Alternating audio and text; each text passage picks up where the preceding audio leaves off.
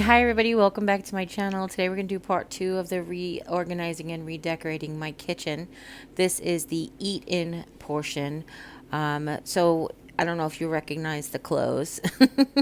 If you've been around and you've seen the first 2 parts of the redecorating and reorganizing series, we already had moved a piece of furniture out of our mudroom, swapped it out with our kitchen, and this is the same day that we finished the kitchen portion. So we did the whole mud room and started the kitchen portion on one day, and this was the second day. But basically, I mentioned it in vlogs before, and I've mentioned it to you guys before, that Jim and Mom can tend to be a little bit more of visual searchers. What I mean by that is it's easier for them to see everything out. If I get cute baskets to put snacks in, they don't get eaten. If I get cute containers to store food in, they don't get eaten. So what we ended up doing for a very long time was basically displaying all of the snacks on the counter. Well, first of all, it's not really good for somebody who it gets bored eating sometimes and just wants to snack on whatever's there for no reason whatsoever. I can do that from time to time. Not often, but I try to, my subconscious sometimes gets the best of me. But it's really just not appealing to the eye. It makes everything look cluttered. I say to him all the time, I was like, you don't like the fact that I have things and you think the things make it look cluttered. But to me, it's not putting anything away that makes it look cluttered. So I guess we each have our own sort of situation that makes us feel overwhelmed with the clutter.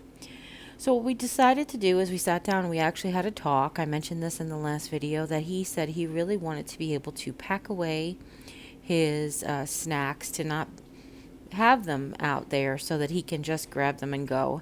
So he will buy less so he can control his eating a little bit better. So what we decided to do was to take what was, we had 2 major snack bowls. One had salty snacks and one had sweet snacks. And we decided to go ahead and consolidate them down into a little basket and a little can. And we went over, I didn't film the portion where we went through the tall basket tower to get rid of the snacks that were out of date and things that he wasn't going to eat anymore. Whatever wasn't out of date, we donated. Whatever was out of date, way out of date. Some things were like way out of date, that we tossed them. So what we had previously had, these canisters on the baker's rack, and the big one had, like when you go to a restaurant, it had all the sauces left over. So we went ahead and got rid of those, and then I wiped them out. And I normally wouldn't just, I would wash these containers if they had food directly in them, or if they were in direct contact with food. I would wash them with soap and water, or run them through the dishwasher. But because these just had packets of sauces and stuff in there, I just gave it a good dusting with some window cleaner. Okay. I don't have anything to put in these jars right now. They're just going to sit out for display until something comes along, perhaps. One of the things Jim and I were talking about is potentially putting his snack bars in there, his healthy, like granola bars and things that he likes to have, a little bit more of healthy snacks in that kind of container so he can reach in there. And then this small one actually had bags of microwave popcorn in them. Actually, they were, when we first moved in, they were the opposite. The microwave popcorn was in the big container and the small one had the sauces. But then I ended up collecting the sauces for way too long. So that being said, normally when we have done a reorganizing or re-cleaning video, we've talked about removing everything from the surface. But what Jim and I decided to do with this cabinet is to basically wipe it down, just move the things over, wipe them down. Some things we knew were going to stay there, and some things we knew were going to leave. So if we knew it was going to leave, he'd put it on the table. If we knew it was going to stay there, we just wiped up and put it back where it was. Okay.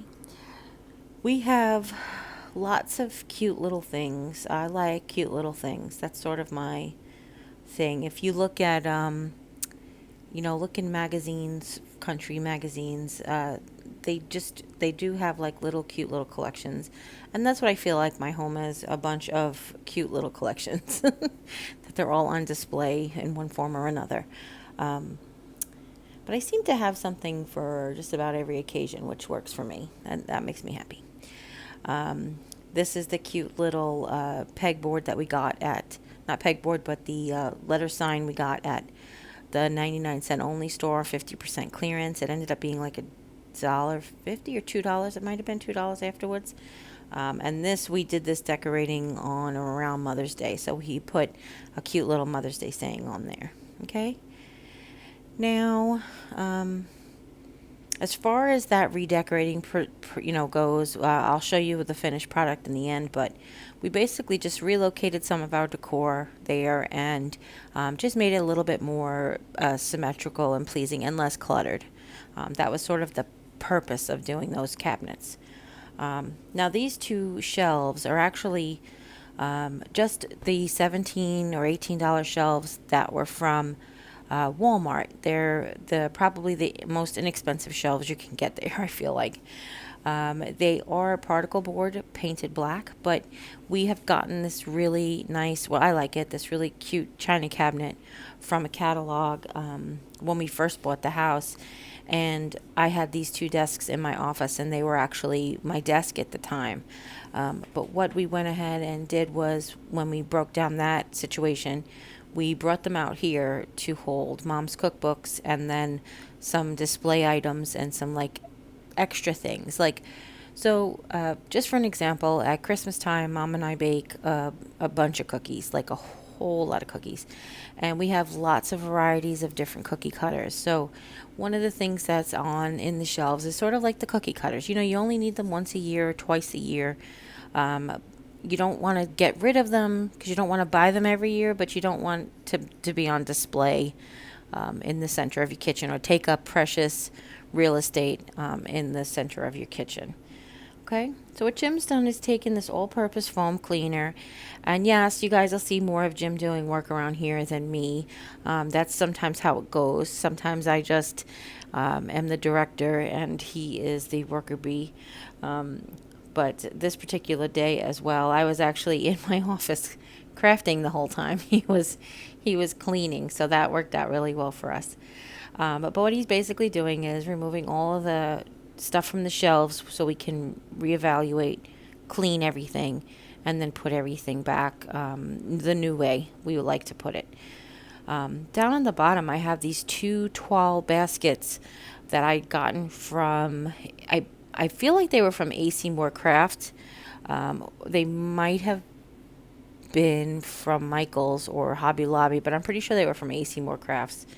And when I bought them, I didn't know what I was going to do with them, to be honest with you. I just knew I'd love them for storage. And when I first got them, I think I had them at the apartment.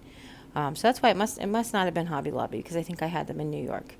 But anyhow, what I ended up doing was one basket sits on the right shelf with the variety of placemats, and the other basket sits on the left shelf with the tablecloths. So normally we always have placemats. So sometimes occasionally we have a tablecloth as well. I feel like the tablecloth, I don't know what it is about the winter time that I want a tablecloth on. In the summertime, I feel like I use one a little less often.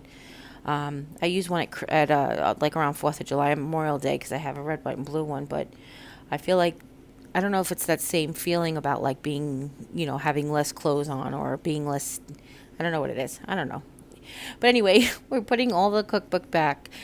Jim is just reorganizing them back into alphabetical order of Mom's that she had made. And then the ones on the left is her really old, like Betty Crocker cookbook or whatever it's from. So what we decided to do was to put the wreath holder, which is my original intention of why I wanted to make it, on the left side of the left cabinet in the wall in the corner, with that really cute wreath that I made with the little fence with the chicken on it. And then the tall mason jar, which used to be a pickle jar. And I have these really cute burlap chicken or rooster napkin rings in them on display.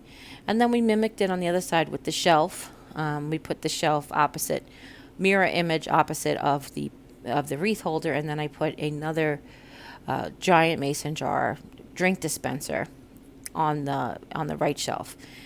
that giant drink dispenser has actually got little tiny mason jar shot glasses in it that I got from Five Below. I got the drink dispenser from Five Below as well.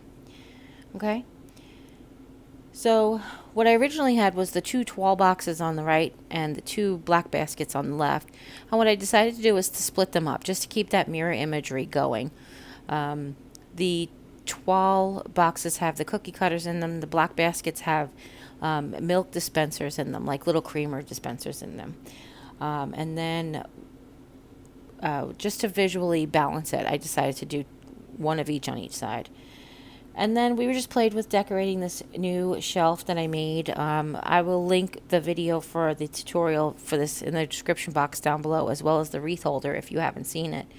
But there's just so many different ways to decorate it. So I decided to ask Jimmy to go ahead and do some things. For me, with my limitations, my mobility limitations that I have sometimes, it's hard for me to visualize things up close. So it's easier for me to sit back and say, let's do this and let's do this. But then eventually I have to get my hands on it and I have to get into it myself. And I have to just say, nope, I think this looks better, and then go and touch it. Plus, I have a little bit better time finesse with my finesse than Jim does. I have a little bit better touch. I mean, when it comes to decorating anyway.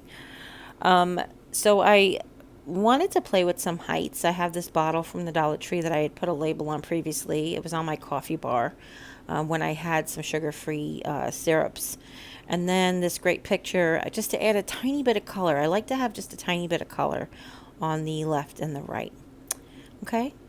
So here is the black and white cabinet all done. As you can see a little bit better. I put that rooster is a Scentsy in the basket.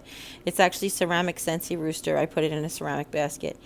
And here's how this left shelf looks. You didn't get to see all of the little touches that we put on there, but we tried to mimic, again, mirror it left and right. And I have my cute mason jars that hold my cupcake papers in them. I have one for regulars, two for regulars, and two for minis. And here's how it looks on the right. I used the back of the middle shelf between the basket and the toile box as a little bit of extra storage to store some collectibles. So that's it, everybody. This is what my tray looks like now. I just touched it up a little bit different. So hopefully you guys really enjoy this video. I hope you do. If you do, give it a thumbs up. Don't forget to subscribe. I'd love to have you guys join the family. And if you do, a little bell will pop up. When you ring that bell, YouTube will let you know whenever I upload a new video. And as always, take care. God bless. And we'll see you next time. Bye. So hopefully you guys enjoy this tutorial or this video, or what am I saying?